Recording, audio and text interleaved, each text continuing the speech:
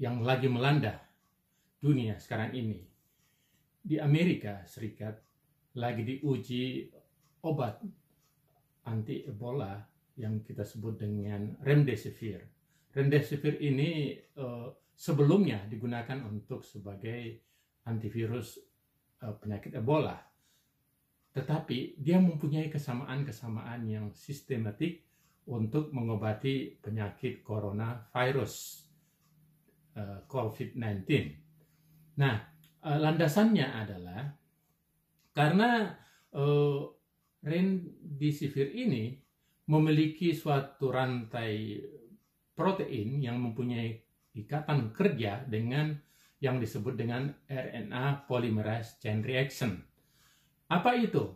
Yaitu suatu prinsip di mana antivirus remdesivir ini mempunyai kekuatan untuk memotong mata rantai replikasi virus, khususnya virus RNA. Dan kita ketahui coronavirus COVID-19 ini adalah tipe virus RNA. Dalam subvirologi kita sebut dengan grup 4. Nah, berdasarkan itulah maka dilakukan uji coba atau uji klinis terhadap pasien-pasien yang ada di Amerika. Dan ternyata dari banyak manifestasi pasien tersebut memberikan hasil yang signifikan, berarti signifikan positif.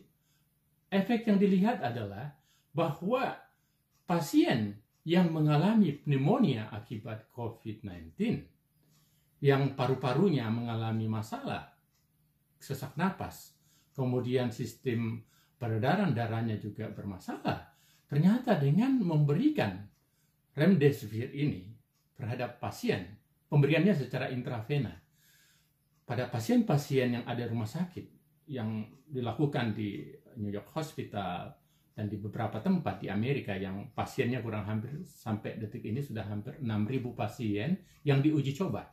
Dan hasilnya luar biasa. Keluar biasanya itu ada 3. Pertama, dia menurunkan efek mukos yang ada di paru-paru. Kelihatan pasien yang pneumonia awalnya masuk dengan sesak napas, dia mengalami perbaikan.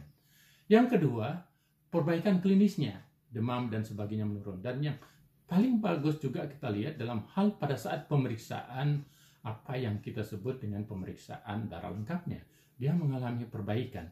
Nah, ketiga faktor ini sehingga dalam uji klinis remdesivir ini menjadi obat yang cukup signifikan atau cukup bagus untuk melawan coronavirus disease tipe 19 ini. Nah, hal lain yang saya ingin jelaskan bahwa kita ketahui bahwa penyakit umumnya COVID-19 ini disebabkan, kematiannya itu disebabkan dengan 3 faktor kelihatannya. Pertama, mengalami apa yang disebut dengan acute respiratory distress syndrome atau gagal pernapasan yang diakibatkan karena strom neutrophil yang menyebabkan tingginya faktor mukos, dan karena itulah maka mengalami gagal pernapasan. Yang kedua adalah pasien yang menggunakan yang terinfeksi ini kelihatannya dalam faktor mengalami clog atau arteriosklerosis atau penyumbatan pembuluh darah, dan akhirnya pembuluh darahnya berkompensasi melebar. Dan yang ketiga, pasien-pasien hasil otopsi itu menunjukkan adanya trombosis di pembuluh darah. Nah, dengan konteks itulah maka kita berharap dengan pemberian remdesivir atau obat antivirus ini yang sudah diuji klinis dan sedang berlangsung sekarang ini dengan menghasilkan hal yang bagus, bisa bermanfaat dan mudah-mudahan bisa menjadi drug of choice atau obat pilihan untuk mengobatin apa yang kita sebut dengan penyakit COVID-19 ini. Bayangkan COVID-19 sudah melanda dunia dengan luar biasa sampai dengan lebih 2 juta penduduk dunia, dan di Amerika sendiri sudah hampir 700.000 penduduk Amerika, dan sudah puluhan ribu di Amerika meninggal, dan di dunia sudah ratusan ribu. Nah, selain remdesivir ini dilakukan juga uji klinis yang hubungannya dengan apa yang disebut dengan hidroksikloroquine. Hidroksikloroquine ini sebelumnya adalah obat-obat yang kita sebut dengan obat anti malaria.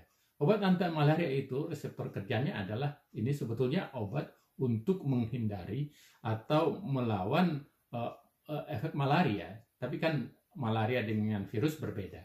Namun di lain sisi, dalam pemeriksaan, dalam uji klinis, ribuan pasien, baik di dataran Cina, di beberapa tempat di dunia, termasuk di Amerika, juga menunjukkan hal-hal yang berarti untuk perbaikan efek klinis. Yaitu hidroksikloroquine ini mempunyai efek yang bermanfaat untuk meningkatkan, memperbaiki kondisi vital tubuh pasien yang mengalami atau menderita infeksi coronavirus. Namun ada beberapa efek samping dari obat hidroksikloroquine ini, misalnya hipoglikemia, pasien bahkan bisa mengalami aritmia atau gangguan irama jantung. Jadi oleh karena itu pemakaiannya harus terbatas.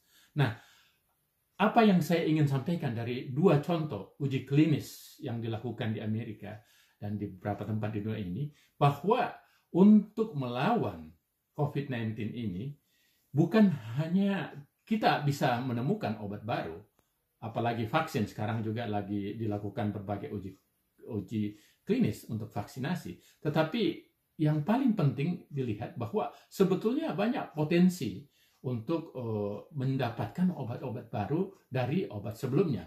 Contohnya remdesivir dan hidroksikloroquine itu berdasarkan kinetikanya sudah dipahami, dinamik obatnya sudah dipahami, efek sampingnya juga sudah dipahami, sehingga dengan demikian bisa loncat langsung pada uji pada manusia, tidak perlu pada melalui preklinis. Sementara kalau obat baru yang belum ketahuan, itu harusnya harus lewat uji preklinis, uji toksisitas, dan sebagainya. Ya, mudah-mudahan harapan kita semua, apa yang terjadi di dunia ini lewat pandemi. Terima kasih sudah nonton. Jangan lupa like, subscribe, dan share ya.